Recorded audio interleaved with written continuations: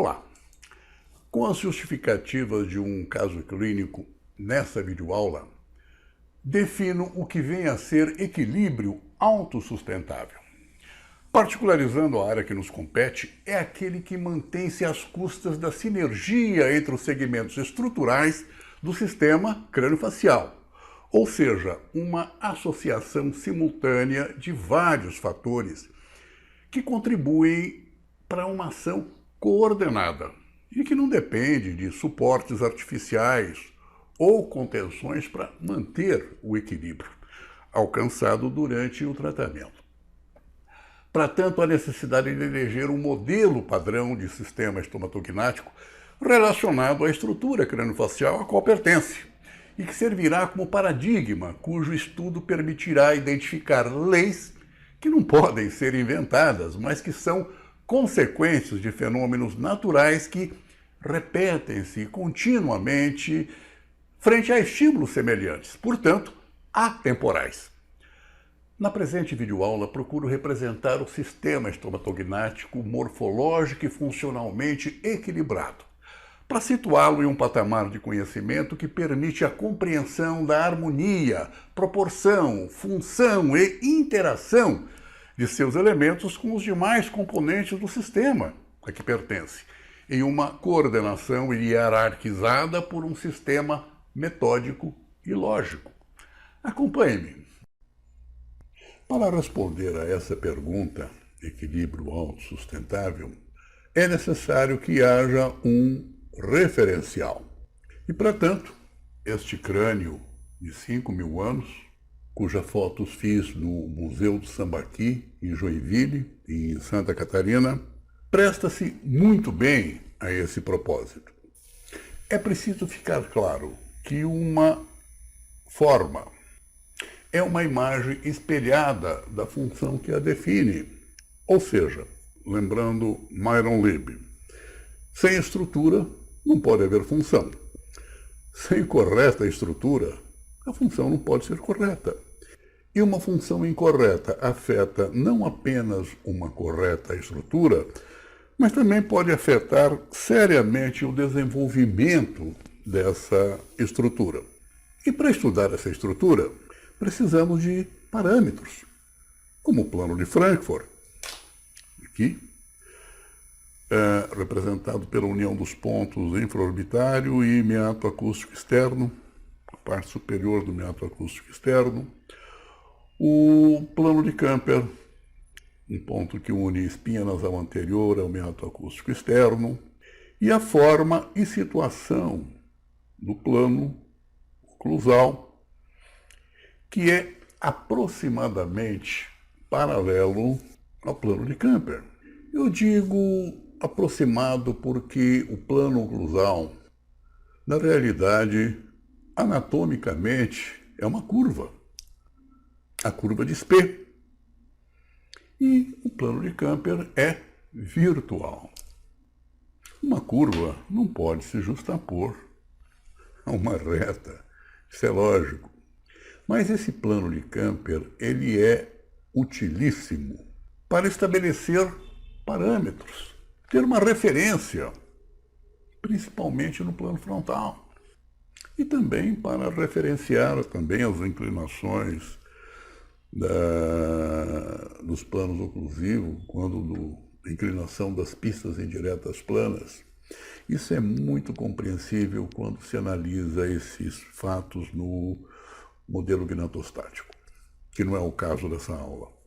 Os fatores de equilíbrio a que me refiro são a forma e situação do plano oclusal, as trajetórias condilares, as trajetórias dos incisivos, levando em conta o overjet e o overbite, a curva de compensação ou decolagem a partir dos premolares, saindo daquele plano oclusivo, que vem a se formar a curva de Spee, as alturas cuspídeas e os ângulos funcionais mastigatórios planas. Trata-se do ângulo de deslizamento entre superfícies opostas oclusais com o plano horizontal. Tais ângulos podem ser identificados nas mesas incisais ajustáveis do Dentatus ARL, como vocês veem aqui. Caso um desses ângulos seja menor, já está instalado um desequilíbrio funcional, que fatalmente resultará também num desequilíbrio de forma, numa displasia. Porque, por exemplo, se o indivíduo mastigar apenas de um determinado lado, o lado esquerdo, por exemplo, é este lado, inevitavelmente, que ele estará mastigando. Não há como. O que explica isso é a lei da mínima dimensão vertical, né? Quando o ângulo é menor, o afastamento entre a maxila e a mandíbula é menor e tudo se faz pela lei do menor esforço, pelo menor dispêndio energético em exercer. Então, isso daí não é uma elucubração, basta olhar-se no espelho, fazer os movimentos de lateralidade, sabendo de antemão qual é o lado que você mastiga, que vai saber exatamente que isso se trata de uma lei. Tais referenciais são importantíssimos para indicar uma displasia ou uma oclusopatia das mais diversas origens. Outro referencial utilíssimo é o articulador semi-ajustável Dentatus ARL.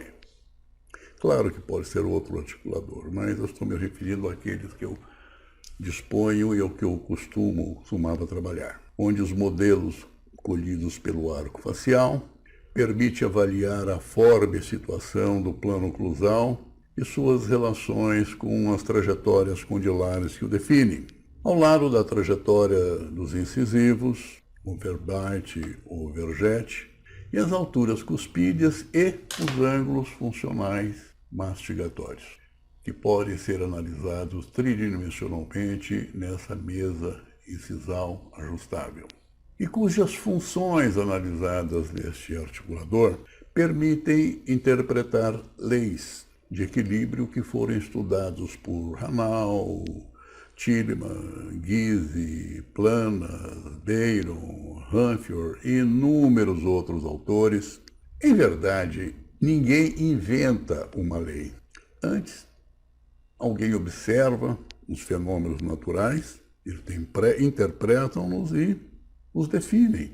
Agora, análises cefalométricas tridimensionais permitem identificar harmonias ou desarmonias estruturais em termos lineares e angulares. Dentre inúmeras análises, eu destaco a de Biller, a biotipológica de Biller, cujos fundamentos prestam-se a análises acuradas sobre a estrutura crâniofacial, permitindo analisá-la dentro de critérios morfológicos dos segmentos que a compõem. Essa tabela do lado presta-se a identificar os critérios harmônicos entre os segmentos de um crânio pequeno, médio ou grande. Há desequilíbrios quando segmentos de uma estrutura contêm medidas fora de seu padrão, ou seja, comprimento maxilar pequeno comparado a uma diagonal mandibular grande e uma base craniana, por exemplo, média. Tais parâmetros servem para identificar anomalias de formas importantes para o diagnóstico. Parâmetros referenciais. Este é o objetivo para se definir qualquer coisa.